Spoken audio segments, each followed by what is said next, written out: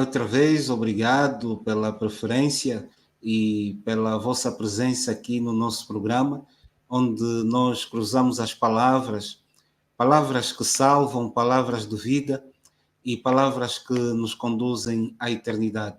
Como já se aperceberam, nós temos estado a estudar um novo trimestre que tem como tema principal a missão de Deus, a minha missão. Ou seja, algo que se originou no coração de Deus, veio ou chegou até os nossos dias para podermos também partilhar com aqueles que conhecem ou com pessoas que se calhar já ouviram falar, mas têm adiado a decisão de seguirem os caminhos do Senhor.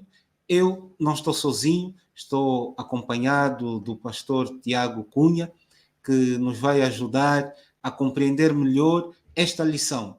Uma lição muito rica que nos fala do chamado de Deus para a missão. Uma missão de salvar do pecado e guiar no serviço. Então, esta é a introdução que eu gostaria de fazer.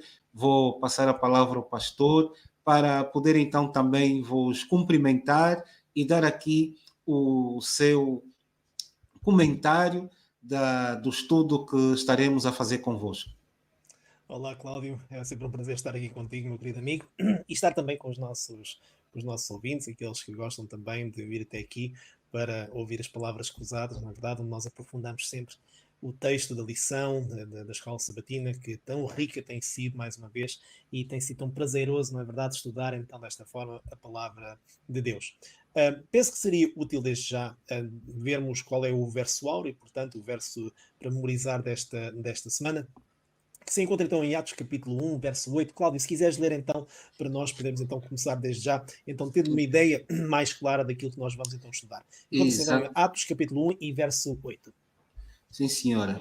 E diz assim: mas recebereis a virtude do Espírito Santo, que há de vir sobre vós, e ser-me-eis testemunhas, tanto em Jerusalém, como em toda a Judeia e Samaria, e até aos confins da terra. Muito bem, muito bem.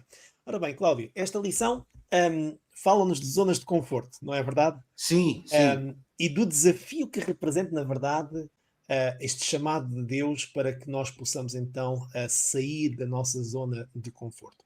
E eu gostaria de começar logo, Cláudio, com a tua ajuda, obviamente, a ver, portanto, nós temos aqui alguns exemplos que nos são dados logo na lição inicial, portanto, na lição de sábado, onde nos fala, portanto, de vários exemplos de como Deus muitas vezes, enfim, traz alguma perturbação para que, de facto, as pessoas saiam da sua zona de conforto, mas com um objetivo sempre positivo e de abençoar o seu povo.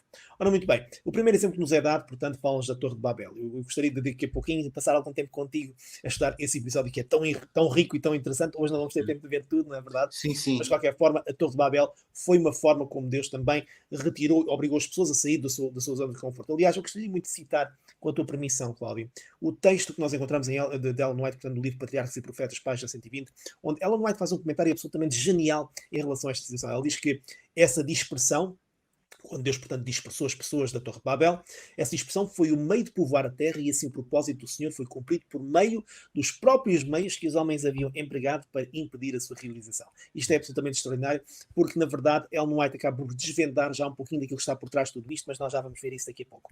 Depois temos outro exemplo também de alguém que foi obrigado a sair da sua zona de conforto, não é verdade, Cláudio? Estamos a falar, obviamente, de Abraão, que saiu do seu país natal para um outro, como um meio, digamos assim, de testemunho. Depois a lição também nos fala, portanto, dos discípulos de Jesus, que também tiveram de sair dessa zona de conforto, porque foram de trabalhar apenas para ou entre o seu próprio povo, não é verdade, como nos diz a lição, para trabalhar também para outros que, enfim, que de acordo com a sua teologia inicial, na verdade, eram pessoas a quem estava vedada a salvação e a mensagem, de facto, da parte de Deus. E eles, na verdade, foram, em primeiro lugar, receberam a revolução espiritual da parte de Jesus, do próprio testemunho dele, e então foram eles próprios chamados a sair dessa zona de conforto, sair da sua pátria, sair daquele povo que eles conheciam tinham para ir pregar então a outras pessoas. E finalmente, então, a Igreja de Jerusalém também, não é verdade? Que também estava a tornar-se um bocadinho, digamos, displicente em certos aspectos do seu trabalho, não é verdade, a certa altura, e então os seus membros também foram dispersos. E apesar de ter havido, como nos diz a lição, houve perseguição, houve sofrimento, não é verdade? Esses eventos infelizes nas mãos de Deus, na verdade, serviram para espalhar exatamente as boas novas por todo o mundo, não é verdade? Portanto, temos aqui diferentes zonas de conforto, não é verdade, Cláudio? Só Sim, nós é que podemos dizer exatamente qual é que é a nossa zona de conforto, e se é Deus, na verdade, verdade. não nos está exatamente a desafiar a sair dessa zona de conforto para sermos os homens, as mulheres, os missionários que Deus nos pede para sermos neste mundo.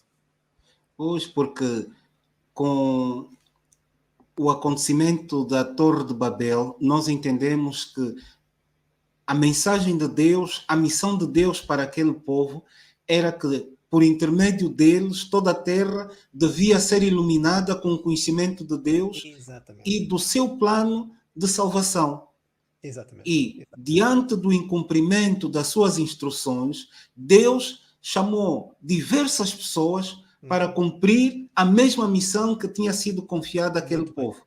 Exatamente. E o mesmo poderá acontecer conosco. Exatamente, Pastor. exatamente, Cláudio. Se Aliás, não cumprirmos esta missão Uhum. nos dias da nossa vida, Deus vai fazer levantar um outro povo ou diversas pessoas espalhadas pelo mundo para que a sua missão seja cumprida no tempo certo. Muito bem, exatamente. Aliás, Cláudio, eu acredito que nós, exatamente com essa análise que tu acabas de fazer, eu acredito que esta atitude, o tal sair da zona de conforto, a decisão de sair desta zona de conforto remete-nos a considerar a nossa definição pessoal da palavra fé e transcrevê-lo ou defini-lo de certa forma de uma maneira mais concreta, que é, por exemplo, esta. Eu estava a ver ainda hoje no dicionário Oxford, que apresenta esta definição de fé que eu gostei muito. Diz assim: fé significa total confiança ou segurança em alguém ou alguma coisa.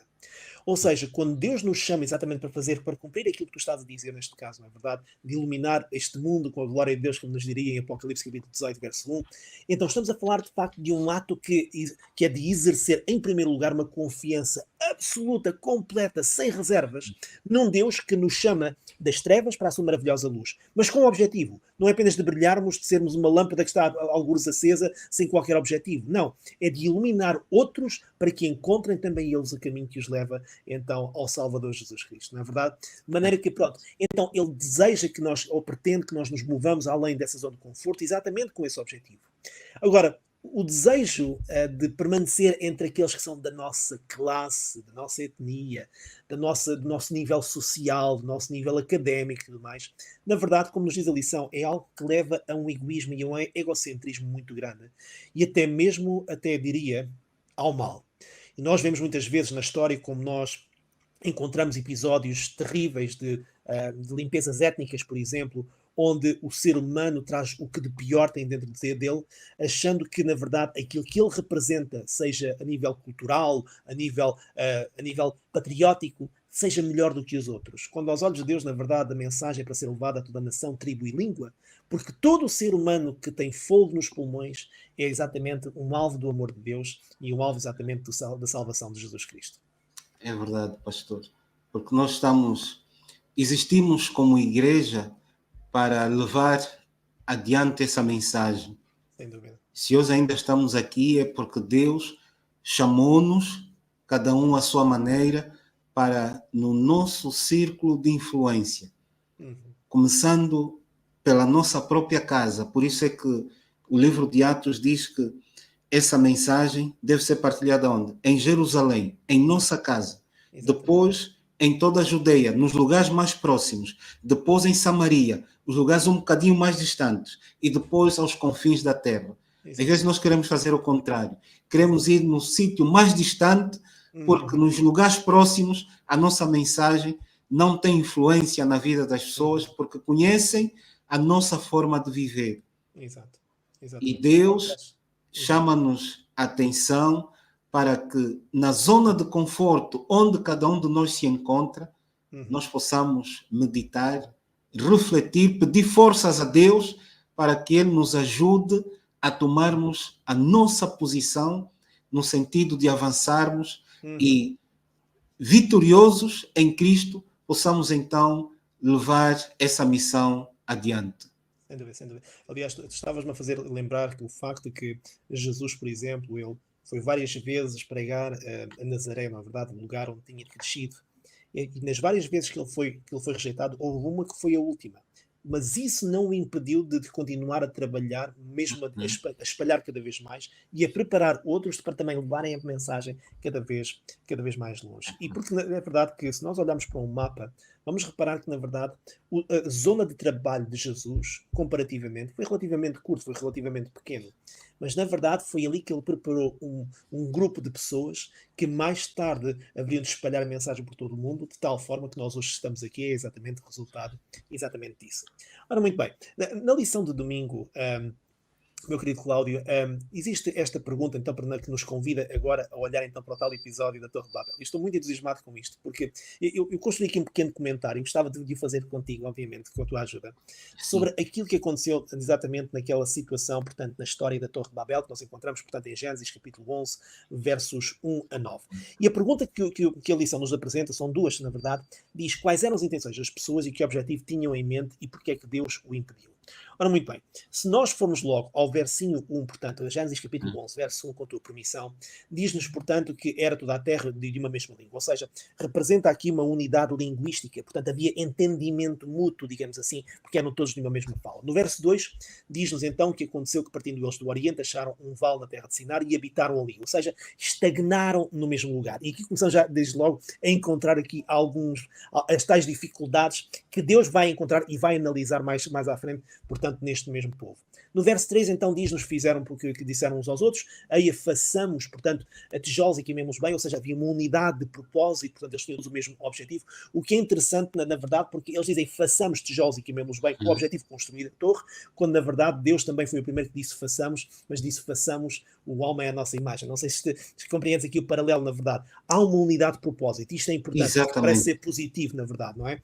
Então, depois, no verso 4, diz-nos, portanto, disseram, então, aí edifiquemos nós uma cidade e uma torre cume toque nos céus e façamos um nome para que não sejamos espalhados. Ora bem, vamos parar aqui só um bocadinho, Cláudio, e vais-me ajudar aqui a fazer este comentário.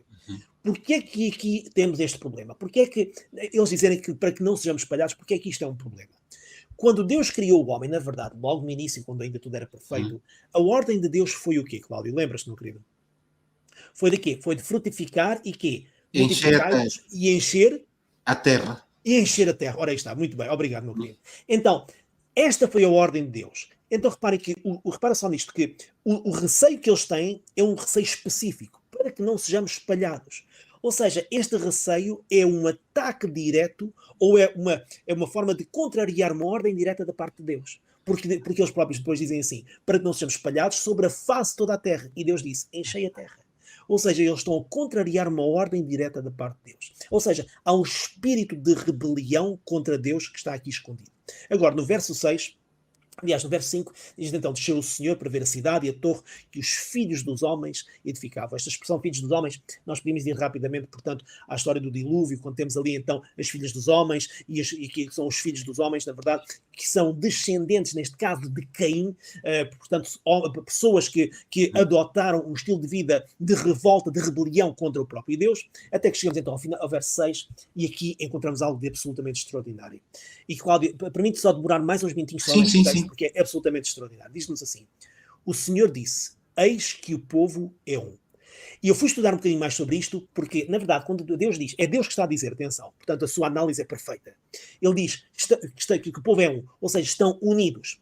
E esta mesma palavra que nós encontramos ali no original hebraico, é a palavra errad, é a palavra que nós encontramos, por exemplo, em Gênesis capítulo 2, verso 24, quando, referindo-se ao primeiro casal, os nossos avózinhos Adão e Eva, na verdade, dizem que eles serão uma só carne. A palavra é exatamente a mesma. Ou seja, há uma unidade muito grande que, enfim, não sei exatamente qual é a profundidade desta unidade, mas o que é facto é que é uma unidade que poderia trazer grandes proveitos para a obra de Deus. E Deus vai dizer assim, todos têm uma mesma língua, isto é o que começam a fazer. Ou seja, repara só no desapontamento divino quando ele faz esta análise. Porquê? Porque esta era uma oportunidade para mudar os eventos deste mundo. Ou seja, por outras palavras, eu posso quase dizer assim, Cláudio, e se calhar concordas comigo, uma das razões pelo qual o pecado se tem alongado tanto ao longo do tempo e por tantos anos é exatamente por causa do próprio homem, que permite exatamente que ele se desenvolva sem fazer oposição à existência do pecado neste mundo. E Cláudio, qual é o resultado do pecado neste mundo, meu querido? O que é que tu achas? Acho que o pecado destruiu completamente o nosso mundo. O coração do homem ficou Ora, aí cada está. vez mais orgulhoso Sem dúvida. e o orgulho tem destruído a vida de muitas Claro. famílias, muitas pessoas e a vida da própria igreja Sem também. dúvida. Sem dúvida. Sem E dúvida. não foi por acaso, o orgulho também tinha tomado conta dos habitantes dessa região. Exatamente. E eles Exatamente. estavam tão orgulhosos, tão cheios de si mesmos, que não queriam que aquele Exatamente. grupo restrito, aquela elite, poderíamos assim considerar, se Exatamente. espalhasse por toda a terra, Exatamente. desobedecendo abertamente uma Exatamente. instrução clara de Deus. Exatamente, exatamente, exatamente. E repara, Cláudio, eles fizeram isso procurando a sua zona de conforto para não terem que ir lá para fora É e verdade, cumprir a vontade de Deus. E é é verdade. portanto por isso que nós olhamos para este verso 6, no capítulo 11 de Gênesis, e nós vemos então, eis que o povo é um, Deus diz, portanto eles estão unidos, não é verdade? E isto é o que começam a fazer, desapontamento da parte de Deus, e agora não haverá restrição para tudo o que eles intentarem fazer. E aqui nós temos que parar um bocadinho, Cláudio. Porquê? Porque a análise de Deus é dizer assim, eles estão unidos, Uhum. e é pena não fazerem algo diferente com esta unidade, na verdade, não é verdade? Para poderem cumprir algo de maior e melhor neste mundo. E depois o próprio Deus diz assim, não haverá restrição para tudo o que tentarem fazer. E Cláudio, permite-me só fazer esta análise muito rápida. Uhum. A unidade que havia ali permitia-lhes ultrapassar qualquer obstáculo na sua vida. E por isso foi necessária a intervenção divina antes que qualquer outra coisa pudesse acontecer, antes que eles terminassem exatamente aquela torre, antes que eles cultivassem ainda mais a sua zona de conforto, digamos assim. E eu diria mesmo que antes de Jesus voltar, o mundo estará unido de tal forma que Deus igualmente terá que intervir, porque estará unido não nos propósitos de Deus, mas nos propósitos do inimigo de Deus. Mas agora viro isto de outra forma, Cláudio. Imagina uma igreja, um povo, que está igualmente unido, também num propósito, mas no propósito de fazer a vontade de Deus. Sabes o que é que Deus vai dizer em relação a isso? Vai dizer, não haverá restrição para tudo o que eles intentarem fazer. E se nós quisermos fazer a vontade de Deus, Deus, Ele próprio, vai derrubar os limites e as barreiras que serão postas a uma igreja que quer fazer cumprir a vontade de Deus e quer responder afirmativamente ao chamado de Deus para brilhar neste mundo. É verdade, pastor. Por isso é que a Bíblia não é feita só de maus exemplos. Claro. Graças a Deus por isso, porque mesmo os maus exemplos nós conseguimos retirar algo positivo. E Sem dúvida nenhuma. aqui nós passamos imediatamente para a história de Abraão, Sem dúvida. um homem que nasceu numa terra pagã, Sem dúvida. onde os ídolos eram abundantes e eram naturais ao povo daquela região, mas Abraão ouviu o chamado e obedeceu. Sem dúvida. E eu, às vezes, pastor, fico a me perguntar, eu, com o conhecimento que tenho de Deus, o tempo que tenho de igreja, muitas vezes ainda duvido do chamado de Deus, das coisas que Deus me revela, e Abraão creu, sem duvidar, saiu da sua zona de conforto e foi para um lugar que ele nem sequer sabia onde era. Isso Eu diria mesmo, Cláudio, que nós, se quisermos fazer a vontade de Deus, nós temos obrigatoriamente que seguir o exemplo de Abraão neste é aspecto. verdade. Porque nós olhamos para a palavra de Deus, Cláudio, e com a tua ajuda, se me quiseres só ler, portanto, Gênesis capítulo 11 e no verso 31, portanto, Gênesis capítulo 11, verso 31, nós temos aqui uma revelação muito específica daquilo que foi a noção do próprio Abraão em relação ao chamado que Deus lhe fez. Portanto, Gênesis capítulo 11 e verso 31, se não te importas de ler, Cláudio. Exatamente. Eu tomo a leitura. Gênesis capítulo 11, Verso 31. versículo 31. Diz assim: E tomou Tera, Abraão, seu filho, e Ló, filho de Arã, filho do seu filho, e Sarai, sua nora, mulher do seu filho Abraão, e saiu com eles de Ur dos Caldeus para ir à terra de Canaã. Muito E bem. vieram até Arã e habitaram ali. Muito bem. Então repara só, meu querido Cláudio, naquilo que tu acabas de ler. O chamado era muito simples. Eles perceberam que eles tinham que sair de Ur dos Caldeus. Ora bem, Ur dos Caldeus, estamos a falar, portanto, daquilo que mais tarde seria conhecido como Babilónia, ok? Onde havia, na verdade, uma cultura, digamos, de paganismo bastante profunda, não é verdade? A idolatria é imensa, ainda hoje estava a ler um artigo sobre isso, e, na verdade, a quantidade de deuses que pertenciam à família de Baal, porque na verdade Baal não era um ídolo específico, na verdade Baal era uma categoria de deuses, vários deuses que pertenciam à categoria de Baal, assim como Moloch, por exemplo, Moloch que na verdade não era um deus específico, mas era uma categoria de vários deuses que compunham exatamente aquele título de Moloch, ou seja, era uma cultura idólatra, e Deus vai chamar exatamente Abraão para sair de Ur dos Caldeus para ir para a terra de Canaã. E eu vou dizer assim, espiritualmente me falando, todos nós recebemos os chamados para sair de Babilónia para ir para a Canaã celestial. Então, com este aspecto em mente, agora repara só nisto e permite-me só tomar uns minutinhos para fazer esta analogia. Logo a seguir nós encontramos em Gênesis capítulo 12, verso 1 a 3, e a própria lição pergunta isto: em que aspecto a instrução de Deus a Abraão foi um chamado para a missão? E isto é extremamente claro exatamente nestes 3 versinhos. Em particular, em Gênesis capítulo 12, a partir do verso 1, diz assim: ora, o Senhor disse a Abraão: sai da tua terra e da tua parentela. Este é um chamado, na verdade, que na linha do tempo vai percorrer toda a Sagrada Escritura, desde Gênesis e finalmente até à concretização de Apocalipse, a revelação de Jesus Cristo. Quando nós encontramos, por exemplo, em Apocalipse capítulo 18, versos 2 e 4, exatamente o mesmo chamado de Deus ao seu povo, assim como fez ao próprio Abraão: sai dela, povo meu. Ou seja, sai dela porque é necessário que estes que ainda estão ali presos saiam para a luz divina para poderem ser salvos. E por isso é que eu digo que se nós não respondermos afirmativamente, assim como Abraão respondeu exatamente nesta altura, então vamos ficar do lado das trevas, vamos permanecer exatamente na escuridão espiritual. E Deus quer iluminar o nosso coração e quer que nós compreendamos o chamado profundo, divino, que Ele tem para cada um de nós. Então Ele diz: sai da tua terra, da tua parentela, da casa do teu pai, para a terra que eu te mostrarei. Não é o teu pai que vai decidir aqui para onde é que tu vais. É o nosso Deus que diz: é por ali o caminho e nós só temos que seguir. E depois repara só, logo assim diz assim rapidamente: partirei de uma grande nação e abençoar-te-ei e agradecerei o teu nome. Tu serás uma bênção. Ele provavelmente chegou a esta altura assim: mas uma bênção como? Ele provavelmente tinha perguntas na sua mente. No verso 3 então diz assim: e abençoarei os que te abençoarem e amaldiçoarei os que te amaldiçoarem. Em ti serão benditas todas. Quantas?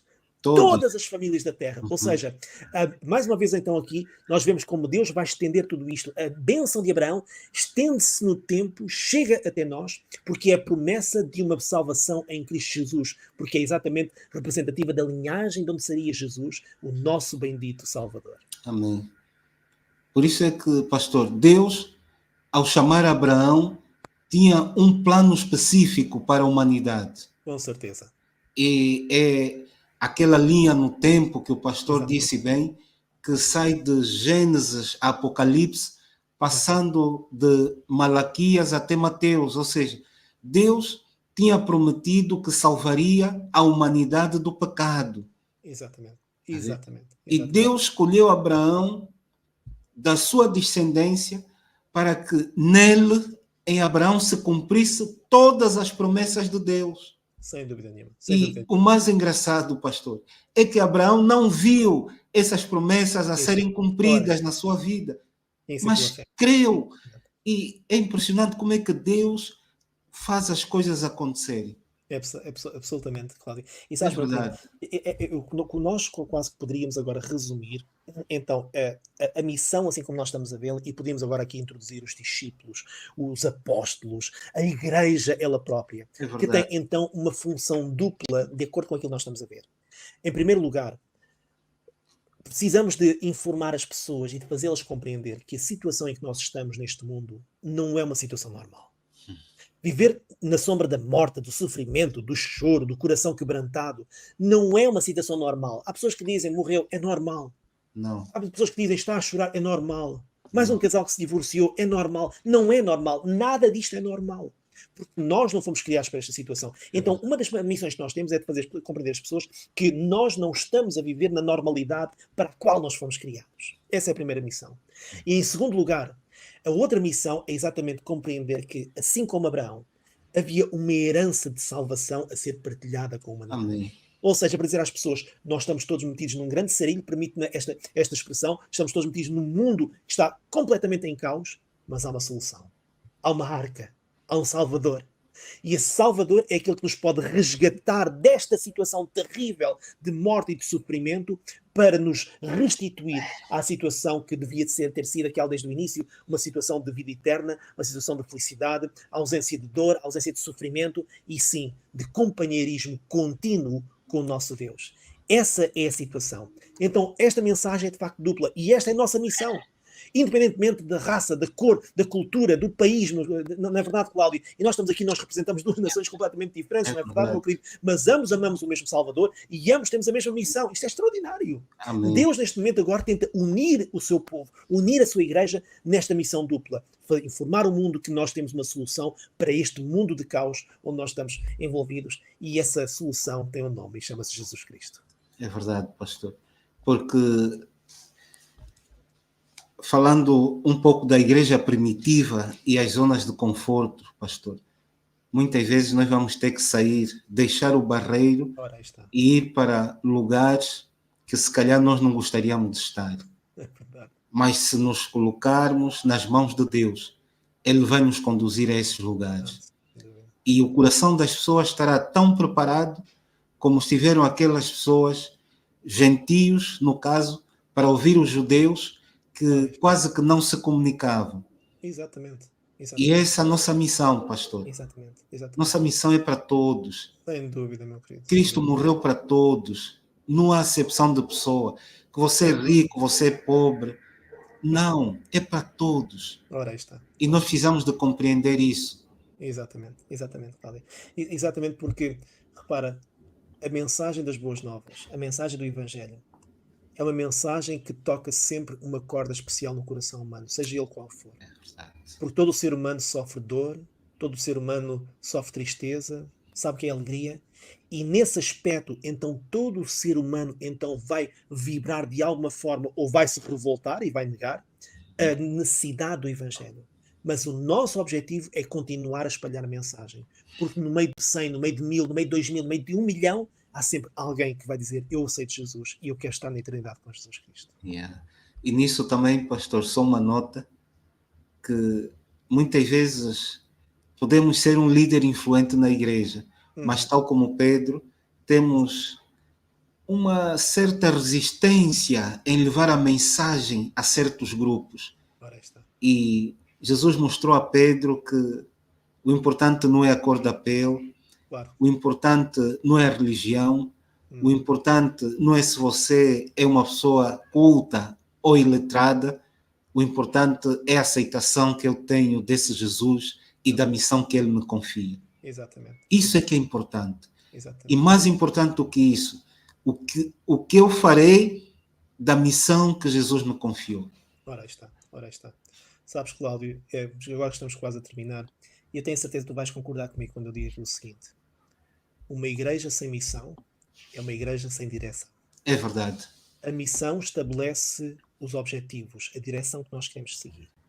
Se nós somos apenas um grupo que se torna... Um grupo, repara, uma igreja que não tem missão, não tem objetivos. E uma igreja sem missão torna-se apenas um clube.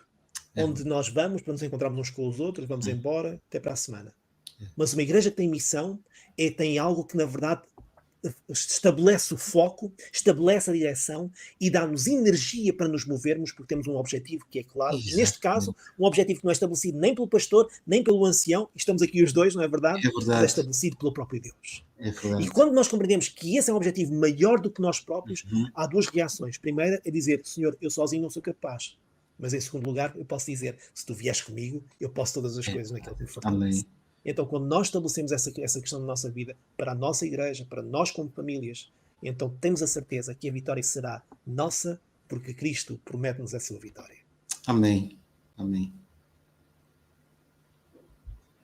Muito bem, Cláudio. Penso que tivemos um bom estudo, não temos mais tempo para continuar, não é verdade? Temos muito mais para continuar. Pois, o tempo é curto. O tempo é sempre curto, não é verdade? Mas continuamos a encorajar todas as pessoas, aqueles que estão aqui para nos ouvir, que possam continuar também a estudar a palavra de Deus, porque na verdade é um livro rico e onde o Senhor certamente tem muito para revelar a todos nós. De qualquer forma, Cláudio, muito obrado pela tua companhia mais uma vez. Então, Ok. nós estamos a Obrigado, palavra de pastor. Deus, está bem? E obrigado pela vossa companhia, que eles se juntaram a nós. Que o Senhor vos abençoe e até à próxima.